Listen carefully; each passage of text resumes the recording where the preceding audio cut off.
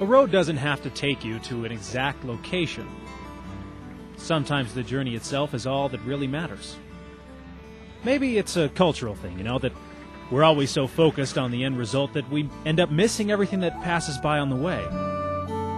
Among the towering monoliths and the pocked stone of southern Utah, there are plenty of destinations to choose from, but today isn't about where you'll eventually be, but rather what you'll most certainly see.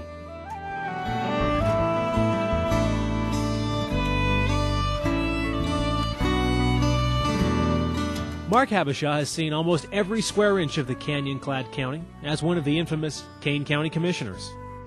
He believes that exploring is not induced by the personality of the traveler. It is enticed by the majesty of the landscape. The wild nature of the lands in Kane County lend themselves to self-exploration and more of a solitary backcountry recreational experience than many other locations. This is just a gorgeous area. Around every corner there's something different, and you just can't get enough of it. Outside of Kanab, just north of the border between Utah and Arizona, lies a place both mundane and mythic, where an ordinary wash can open up onto a landscape so beautiful it feels almost forbidden. The occasional passing Jeep is the only clue that you aren't lost in a world 10,000 years removed from our own. Nature quickly claims any tracks left behind by vehicles, even changing the direction of the paths they travel, leaving the land in a constant state of newness. Dave and Marilyn DeVoot are well acquainted with this area just outside of Zions National Park.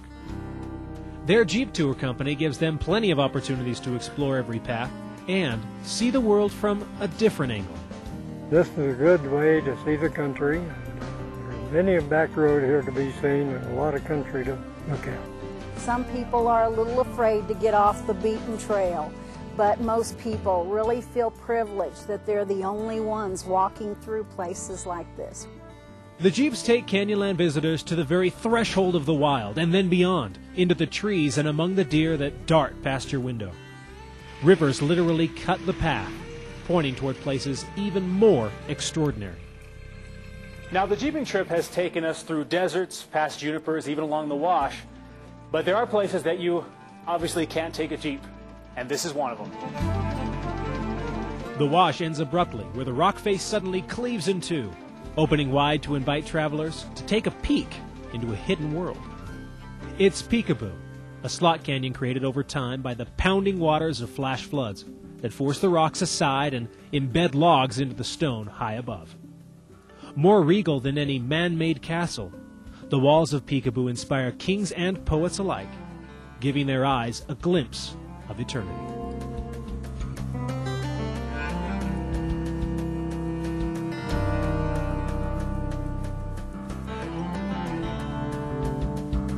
The canyon ends at a point, leading literally to nowhere. That fact doesn't make the trip any less of an experience, though. Really, it makes it better, since now you get to see all of the beauty again on your way out. That's the way it should be when you're off the asphalt highway, especially here in southern Utah's canyon country. A journey instead of a destination. That's what this country is all about, is getting out here by yourself or with a group of close friends and enjoying it and seeing those things that you may not see on your personal property, you may not see in the city or town that you live in, but you can come out here and enjoy it and experience it, and it has a spiritual effect that we all need and enjoy. It's just very relaxing. It's just a sacred experience. It's just really fun.